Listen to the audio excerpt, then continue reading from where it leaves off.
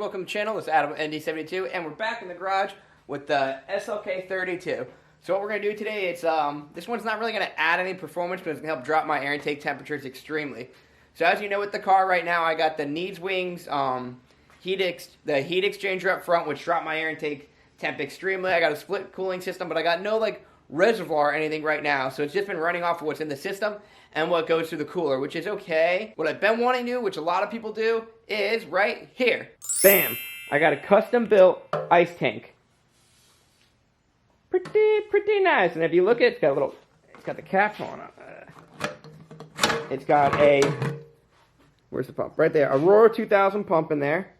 And this is the same one the same type of pump that I got in the E55 over there, and I run twin pumps over there. So I'm going to do the same thing over here. I'm going to run basically the upgraded style factory one over there, and then this pump, and it should be plenty. So just give a little quick over of this one. We got a return, we got a fill, and then we got, basically it's going to be a drain that I'm going to put off with a little valve on it. And the welds are pretty good. I got a local guy to do it. So if anyone actually wants one, hit me up. I'll show you how it fits. This is the biggest reason I went with this one. Because you get generic ones from, like, I think VRP and PCR or FabTech, or there's quite a bit of other people who just sell these, and they're generic boxes. And they never really fit properly, in my opinion. But this one I got custom spec'd out, and I'll show you how it fits. So here's the trunk on the SLK. Don't mind, like, the other panels. I've just taken off the check stuff. So right here, you guys have a, it's a little cubby, and then right through this little door, you get the little tire pump thing, which I'm going to get rid of anyways. And you got this perfect little cubby, which then this little cover goes on. So then it looks pretty clean. But all the tanks I was looking at, they popped up like maybe 2 or 3 inches. So let me show you how good this one fits. Bam, this thing fits in there so nice. You got a little bit of right to left room, basically for the fittings. But then watch, I'm gonna clean it up better and glue this carpet back down.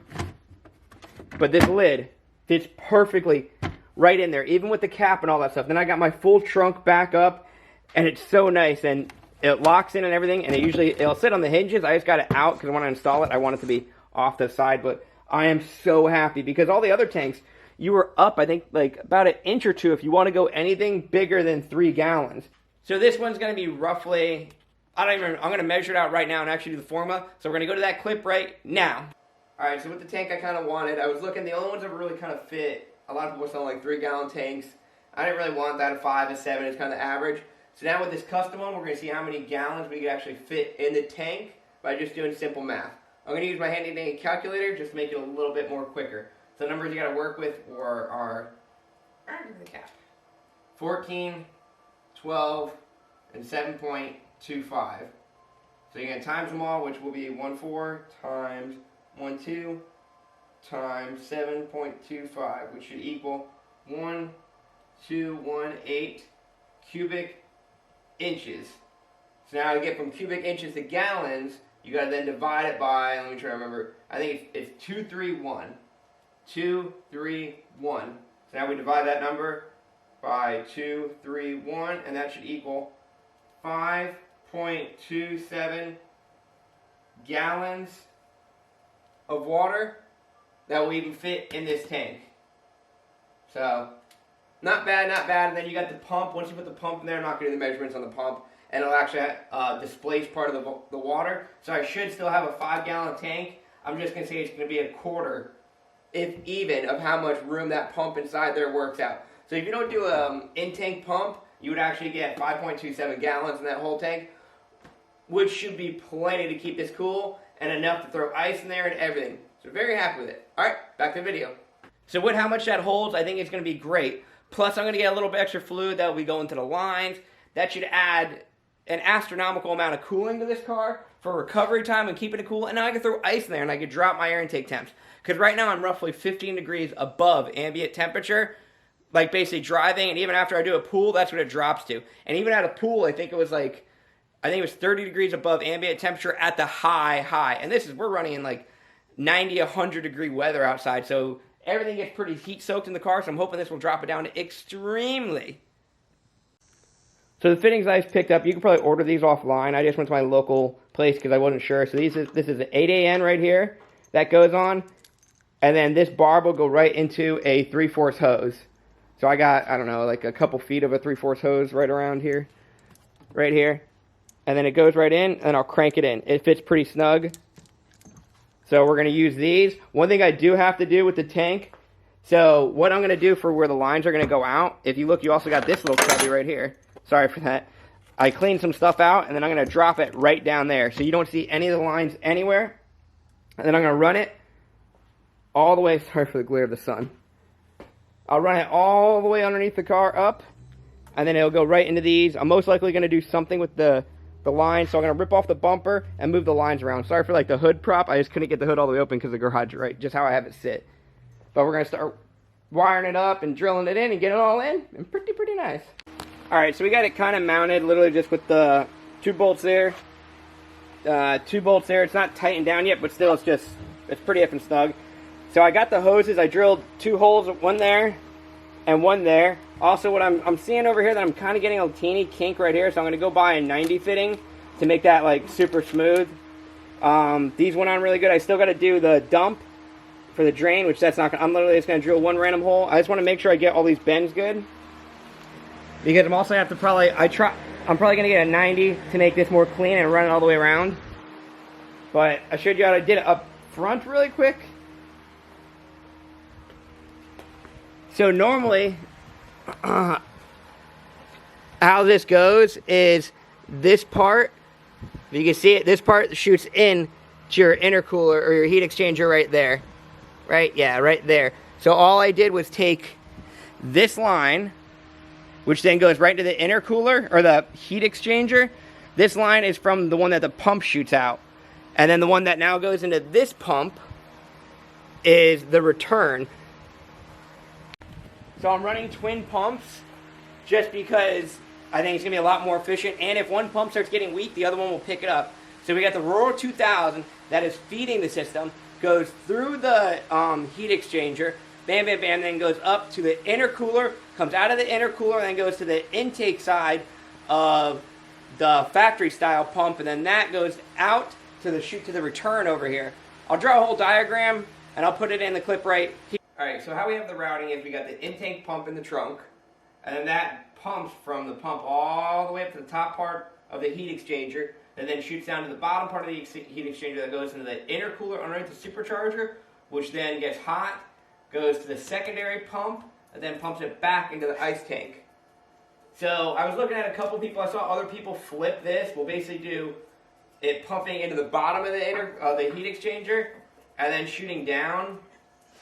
I'll try both ways, but this is how I have it set up right now. And also what I might get rid of, and even if I get rid of this pump, then it'll just go right there to hot water. So I'm seeing also another way that some people were routing it, where they were taking, you got the ice box with the ice in it, and then that shoots directly into the intercooler, and then you have the hot water that then goes to the heat exchanger to drop it down. The only reason I'm going to try this first is because I'm not always going to have ice in here. So for daily driving, I don't know how hot this water is going to get in here. So it's in the trunk, it's summertime, it's Florida. If this water gets like 90 to 100 degrees, because it's in a trunk and it's hot out, then you want it to go through the intercooler first, or the heat exchanger first, to drop more of the temp. I could easily just flip these lines or flip them from here to here. It's not that hard, so I'm going to test this way out first and see if it works. And heck, if I know originally before the box I was getting 15 degrees above ambient temperature when I would do like a pool, and then I'm just chilling there. So if I see something extreme like it's worse, then I'll flip the lines, or maybe just I'll run like this for like 3 months, and then I'll flip their lines and just keep doing with the data and see which one works better. But this is how I'm going to have it right now. So, back to the video. So now I got kind of rudimentary plumbed. Before I sit there and tie everything up, I want to wire up the Roar 2000 pump. That way I could just see if I got any leaks or anything stupid crazy and make sure it actually works and see how much flow is actually in here. So we're going to do the drain now. That way I don't lose all the water when I fill it up. And then I'm going to wire up the Roar. I haven't decided if I want it on a switch yet or if I want it just to be like key on. Either way, I got to run wires all the way to the front, unless I can find, I can't remember if there is fuses in the trunk, in the SLK somewhere, where I could just tap into like a heater or something. I'm going to go check on my death cart, because that cart's gutted, and I'll find out easily if I could like remove this panel and there's a fuse. Alright guys, it's a little bit after, so I got the whole system runned up and plumbed and all done. And if you remember from the beginning, I was trying to run the twin pump setup, with the factory, one right over here, and then the Royal 2000 or 2200, whatever it is, in the back. So the issue I was having when I did that was apparently how I routed, or however it is, that Royal is way too powerful. And every time, because I had the Royal for the feed, and then it would loop around, and then the return was that secondary pump. I thought it would keep boosting it back. But I was getting like a very little bit of flow. I was like, man, and then I started looking, I was getting a couple of leaks by the pump over here. And then I had a theory that maybe the pump was basically being a big restriction to factory one. So I went and checked a couple things out. I was getting very low pressure for what it should be. So then I removed that pump over here. Oh my God, the night and day difference that thing makes. I'm going to show you the system now, but I just want to let you know, the twin pump, at least for me, I have the Johnson pump on there. It was too small, and it was just basically like getting pushed through by the roll, so I'm not going to run the twin pumps. It is what it is. This might work better. I did the twin pumps on the E55, but I think the reason the twin pumps worked on the E55 is because when I routed it, I went over fenders, and the car was so long and had so much room to travel that by the time it got to the second pump, the pressure was already a little bit low, so that pump worked as like a booster and boosted along. But with the SLK, I routed it so efficiently, and I'm going to show you right now. It's not perfect. It's not done yet. I do have one wire that I'm running along it just for testing, and I'm going to run that one through the car, but I'm going to show you right now. All right, we're going to start with the front where I deleted the original factory, which would have been over there, which I did upgrade to a Johnson, which I did then was going to upgrade to a Bosch 101, but now that's counterproductive. This bend, I'm going to fix it just because I need to cut this a little bit shorter, which that shouldn't be that bad. And I have the 90 right there, and then it goes back all the way there. I'm trying to do this and not like step in water. Alright, so we keep trialing all the way back. I am going to end up getting a heat shield and route it on there just like DEA or DEI makes some, just to kind of separate the hoses and all that stuff from exhaust, but it's so far away that it should be good. And then I did paint the bolts a little bit, sprayed them with a little bit of black paint just to make it a little cleaner. And then it goes to the trunk. So yeah, I know I got that red wire going. That's the power wire for it. That's just temporary, really. That's why it's kind of just going along it. I just wanted to, that was the easiest way just to route it, just to test to make sure everything worked and I had no leaks. And then I'm going to run it through the car and go all the way in, which should be effing pretty easy to do, and make it look a lot cleaner. Because I don't want to have the power wire hanging out there like that where you really shouldn't. So I'm just going to route it and make it a lot cleaner. But just for now, that was just a quick and easy way to do it. Because that way, if I have any leaks or anything crazy, I would know right away. I just wanted to get everything fired up and plumbed up. So now we're going to drop the car. I'm going to show you the crown and jewel. Now we go to the crown and jewel, the whole point, the trunk. And bam! Oh, just kidding. I didn't even put the ice tank in yet. Ah, just joking. Here it is. Bam. This thing sits so, sorry about I think the light's actually reflecting off the tank, but this is in there so clean. So I still got to finish a couple things up on just the whole lid and assembly. So a couple things I just want to finish up on the lid assembly. I'll show you. Another good thing, this lid how I got it is it pops right out back of my hand. In the middle of just like running, just moving it around, as you can see, I ripped the carpet off of it. So I am going to just get some headliner glue and just spray it, which that should be like super effing easy. But I made it so I could take that away. So if I need to, I could take that away. And then you got the lid right here that's super easy. You spin off. It's a low pro lid. You got to add ice to it. You got the return over there, the fill over there, and the drain over there. Next time when I get it, if I ever get one built again, or if for whatever the next idea I would say is flip the drain and the fill a little bit. But that's really about it. But besides that, I think the setup works pretty good. I got it grounded out to the box. I got the wires run down there. I put a little bit dab of silicone over here. I was a little bit worried that maybe with sloshing back it might come out of that little grommet, but that was it. But it's looking pretty clean. And as you can see, like I don't even think I locked that one in. No, I didn't lock that in. A little bit. Well, it's not even that hard. I just have to put it in. So man, the trunk looks so clean. I'm going to have to re-glue this down and re-glue some of this because I was pulling it away with the carpet, but it lets you have full control of, like, you can still put the top down, you can still do everything. Whoops. Let me put that back right. One thing I wanted to make sure, because like with the E55, if anyone saw it, I went with like a square 7.5 gallon tank, and it like comes up out of the trunk. And even a lot of the other pictures and stuff I was seeing with people is you mount it and you lose your trunk with a lot of ice tanks.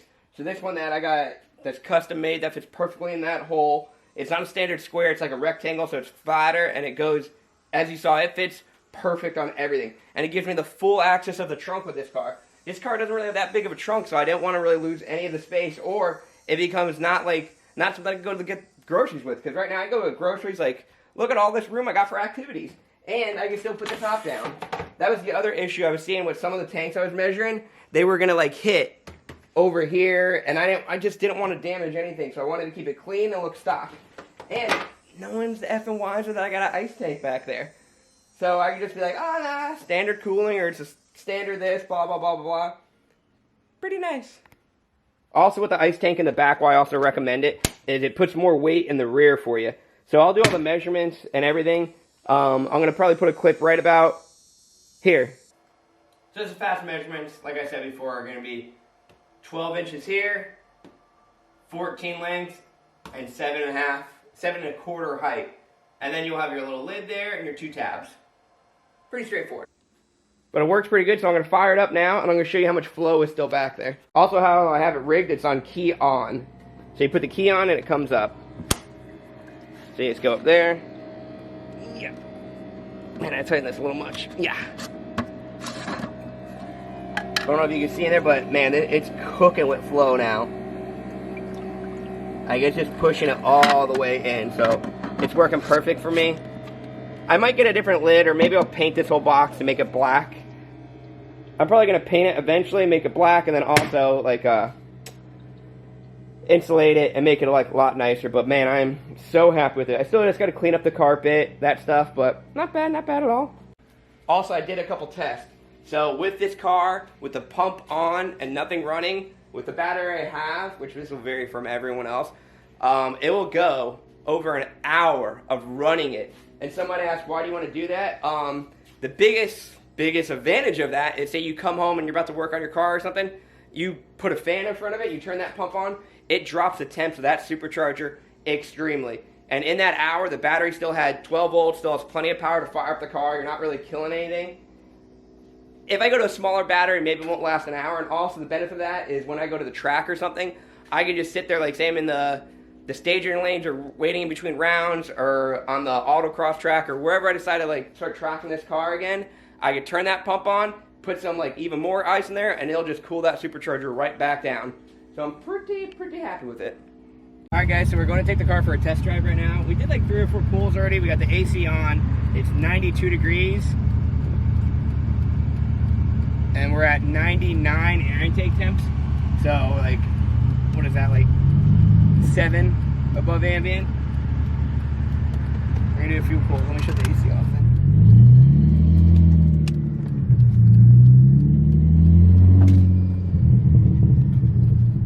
Do a little distance.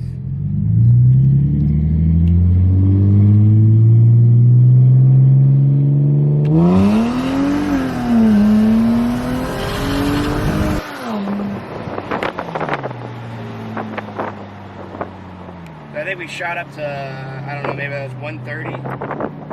And then you can just see how much it's like dropping already. Look at the recovery. It's just literally just dumping itself down. Like, that's astronomical. I didn't see what PSI, but I'll re-look over the video and then you guys see it. We're gonna do one more pull going the other way and just see like this like hot lapping. So right now it's 93 degrees out. So we're 7 over ambient with us doing pulls.